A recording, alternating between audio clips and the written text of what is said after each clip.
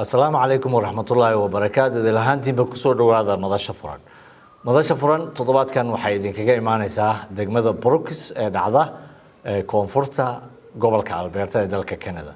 Waxaa nala fadhiya Duqa Magaalada John Betry oo xilligiisii koowaad Duqa Magaala ka ah magaaladan. Mayor, welcome to Somali Media, Madasha Furan. Oh, I'm excited to be here today. I actually come from a media background too, so. It's glad to hear. That means I have a chance to become a mayor too. Yeah. Yeah, that's right. Yeah. And many people know Brooks as a town where a lot of immigrants live. So can you give us more than that about Brooks? I'll give you some statistics here too. I think 35% of our population would be New Canadian.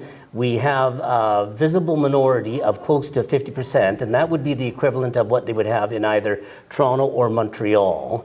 And in the last census from Stats Can, 10% of our population was Filipino. There's about 1,500 Filipinos in our community. That would be just in the urban center. The second biggest population, I believe, would be Somalia, Ethiopia, and Eritrean, and then we have people from all over the world. So we have a very diverse population, and we're very proud of that diverse population, and we take pride in that. And we've done a lot of work to try to include everybody in the community. I know our school system has, I know at the city of Brooks we have, and other municipalities. We work very hard to include everybody, in the community there. We're very proud of that concept there, especially when you look at rural communities, especially in Canada, probably in North America, that are predominantly white, and a lot of the new Canadians will settle in the major cities like Toronto, Calgary, Vancouver, or Montreal. And my next question would be that why would people come to a small town in Alberta where most of people think about it, rural and small town Alberta is only for the rednecks? Why would immigrants come here? Well, it actually started with the JBS, or the former Lakeside Packers, because they needed workers, to run the meatpacking industry there. And I think the first phase of, when they expanded, a lot of them were, refugees, just, getting out of their countries where there was war torn and problems like that. So they came to Canada. They found employment, and and I related to even my dad. My dad was a miner, and he came from Eastern Europe. But it was those type of people that would do what I call the rotten jobs. Yes. But he sacrificed working in the mine, in order to make a better life for his family. No different than a lot of the immigrants who come here, find a job, and it's hard work. It's not easy work, and what they're doing, they're sacrificing, for their kids. And I'm a former trustee on the school board, and I remember going to some of the awards functions, and a lot of the kids that are winning the awards would have been kids from families, immigrant families, and so that's so they come here, they get a job, and they can make a life better for themselves and for their kids. It is interesting that you said, like any other immigrant, people try first to go where they can find job, and then do their best to help their children, next generation, to fit in.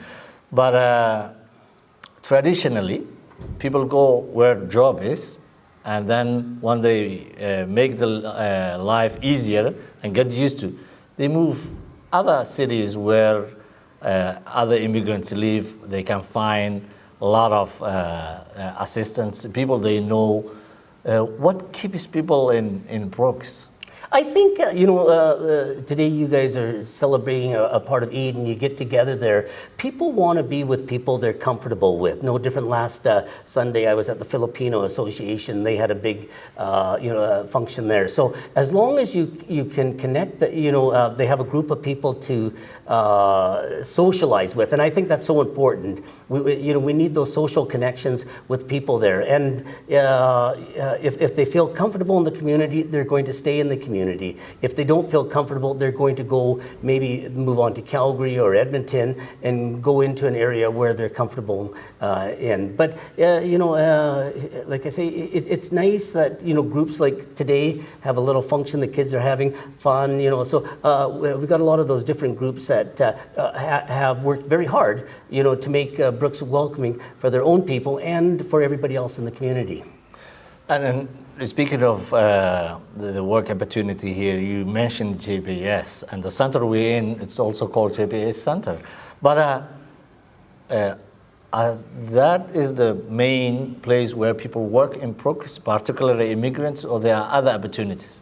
Well, there are other opportunities, and a lot of them, they'll start off at JBS, and then, maybe they move on, and you look at a lot of the we have a lot of different restaurants in town from different nationalities, or people get into business themselves.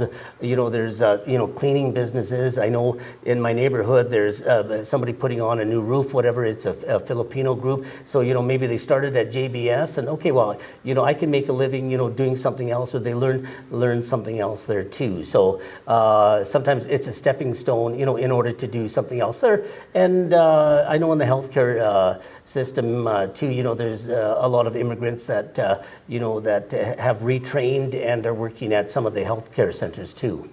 Mayor, how people live in communities in Brooks? Are they segregated, or people live together?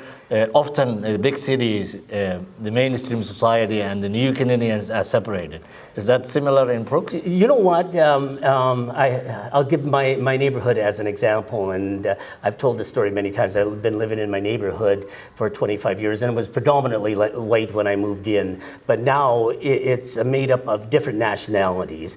My neighbor is originally from Nigeria, and the other ones are from the Philippines. The other one's from India. There. The one thing different about Brooks, unlike, and I don't want to put down Calgary or Edmonton, is the immigrants are everywhere in the community, which is good.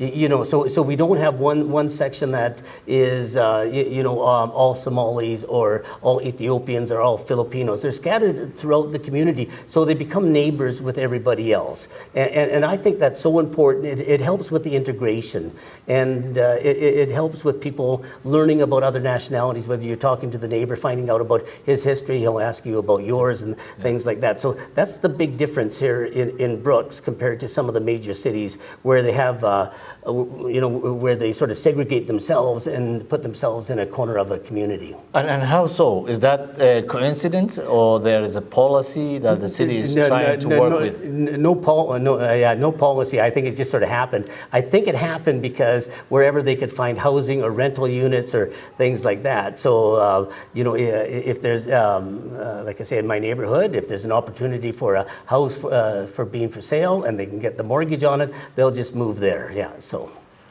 daawadayaal waxaanu joognaa magaalada Brooks. Waxaan la fadhiyaa duqa magaalada oo aan ka wareysanayna nolosha iyo sida bulshada halkan ku nool ay u dhaqan yihiin, gaar ahaana Soomaalida. Last time I came to Brooks was 20 years ago, and I'm quite surprised when I went to the city today, streets, and find, as you mentioned, different businesses. I have seen more than 10 Somali businesses, let alone other cities. Often it's very hard to get business running in small towns. What made these people possible to run businesses?